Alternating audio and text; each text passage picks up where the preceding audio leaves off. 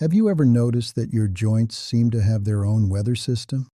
You wake up in the morning, the sun is shining, but inside your knees, your hips, or your lower back, it feels like a cold, rusted winter. You try to take those first few steps toward the bathroom or the kitchen, and you're moving with a shuffle. You feel stiff, tight, and, if we're being honest, a little bit frustrated. Many people in their 60s, 70s, and 80s assume this is just the tax we pay for a life well lived. They think the rust is permanent. But what if I told you that what you're feeling isn't necessarily damage?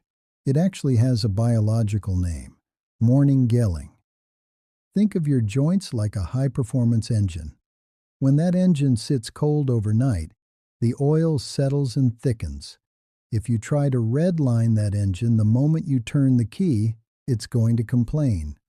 Your joints are exactly the same. Today, I'm going to show you why your body gels overnight and provide you with a comprehensive 3-phase morning routine designed specifically for the aging body. We aren't just going to stretch. We are going to perform a fluid reset to turn that heavy gel back into the smooth, protective lubricant your joints crave. By the end of this video, you'll have a tool set to start your day with movement, not a shuffle. Before we move, we need to understand the why. Understanding the science is the first step to reclaiming your mobility. Inside every one of your movable joints, your shoulders, your hips, your knees, there is a miraculous substance called synovial fluid. In a healthy joint, this fluid is thin, slippery, and clear, much like the white of a raw egg. Its job is twofold. It reduces friction between the bones, and it carries nutrients into your cartilage. Here's the catch. Cartilage, the cushion on the ends of your bones, doesn't have its own blood supply. It can't just grab nutrients from the bloodstream like a muscle can. It relies entirely on a process called imbibition. Think of your cartilage like a sponge. When you move, you squeeze the sponge, pushing waste out. When you release, the sponge soaks up fresh synovial fluid and nutrients. As we sleep, we stay still for 6, 7, or 8 hours. Without that squeezing action, the synovial fluid becomes stagnant. It thickens. It literally becomes a gel. Furthermore, as we cross age 60, our bodies naturally produce a bit less of this fluid, and the fluid we do have becomes more sensitive to temperature and inactivity. Today, we are going to use the principle of motion is lotion.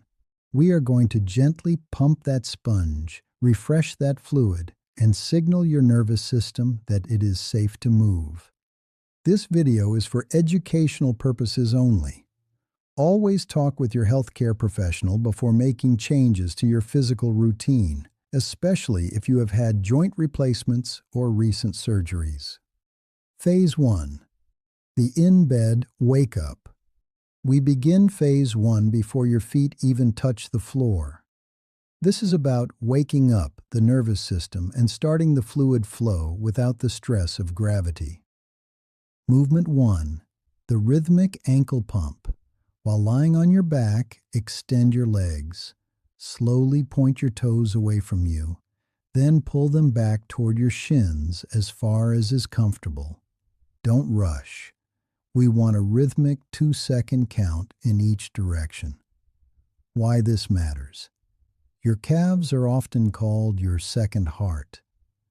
Pumping your ankles moves blood and lymph fluid back up toward your heart and begins to hydrate the ankle mortise joint, which takes the brunt of your weight the moment you stand up. Do this 15 times. Movement 2. Heel glides, the knee lubricator. Keep your left leg straight. Slowly slide your right heel along the bed toward your hip. Go only as far as your knee feels full, but not painful. Slide it back down. The PT tip.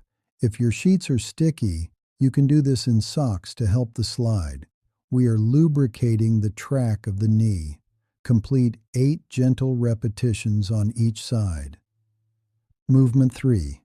The clock, pelvic tilt, lower back unlock.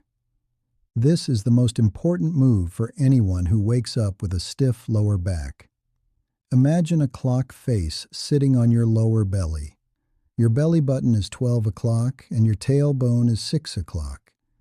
Gently press your lower back into the mattress, tilting your pelvis so your 12 moves toward your face. Then, slowly relax and allow your back to slightly arch, moving your pelvis toward 6. The sensation. This shouldn't feel like an abdominal workout.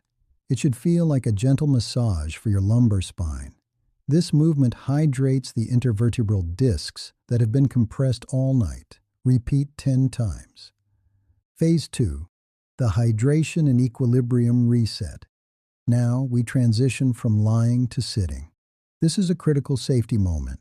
As we age, our baroreceptors, the sensors that manage our blood pressure, can be a little slower to respond.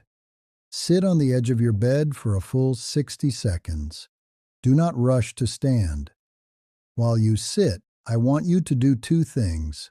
First, hydrate. Your joints are incredibly dependent on water. Cartilage is roughly 70% to 80% water. After a night of breathing and slight sweating, you are dehydrated. Drinking 8 to 12 ounces of water right now is like pouring water onto a dry sponge. It allows that cartilage to swell back up and provide the cushion you need for walking. Second, the shoulder scapular squeeze. While sitting tall, gently roll your shoulders up, back, and down. Imagine you are trying to tuck your shoulder blades into your back pockets. Why? Most of us sleep in a curled position. This opens the chest, allows for deeper breathing, and resets your posture before you add the weight of your body to your frame. The neck release. Slowly turn your chin toward your left shoulder. Hold for a breath. Then move to the right. Never force this. We are simply scanning the environment and letting the brain know the neck is ready to support the head. Phase 3. The joint juice. Now we move to Phase 3. The joint juice flow. This is where we bring it all together. Safety check. Please stand next to a sturdy chair, a dresser, or your bedpost. Even if you feel steady, having a handrail during the first 10 minutes of the day is a smart professional habit for joint health. Movement 1. The hip sway. Keep your feet slightly wider than shoulder width. With your hands on your support, gently sway your hips from side to side. The visual. Imagine your leg bone is a spoon stirring a pot of honey. We are coating the entire ball and socket of the hip joint with that fresh synovial fluid we've been generating. Do this for 30 seconds. Movement 2. Assisted sit-to-stands, the functional king. The most important movement for longevity is the ability to get out of a chair. Stand in front of your bed or a chair. Slowly lower your hips as if you're going to sit.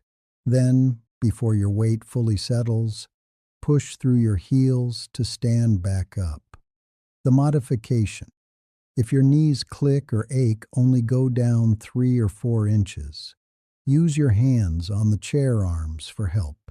We are engaging the glutes and quads, which act as the shock absorbers for your knees. If your muscles are awake, your joints don't have to work as hard. Do 5 to 8 reps. Movement 3. The sky reach and decompression. Stand as tall as you can. Reach your right hand toward the ceiling as if you're reaching for a high shelf, letting your right heel slightly lift. Then switch to the left. The feeling. You should feel a beautiful stretch along your ribs and side body. This decompresses the spine and opens up the lungs. Take a deep belly breath in and let it out with a sigh. I want you to remember something important. Your body is not a machine that is wearing out. It is a living biological system that is constantly responding to the signals you give it. When you wake up stiff, that isn't a sign to stop moving. It's a request from your joints for a little bit of lotion. By doing these 3 phases, in bed, sitting reset, and standing flow, you are answering that request. You don't need to be an athlete to have healthy joints. You just need to be consistent.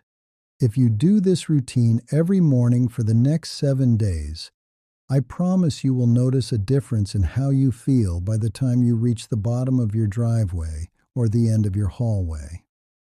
I have a question for you today. Which of these 3 phases felt the best for your body? Was it the ankle pumps in bed or that final sky reach? Please leave a comment below. I read every single one of them, and your feedback helps me create better routines for this community.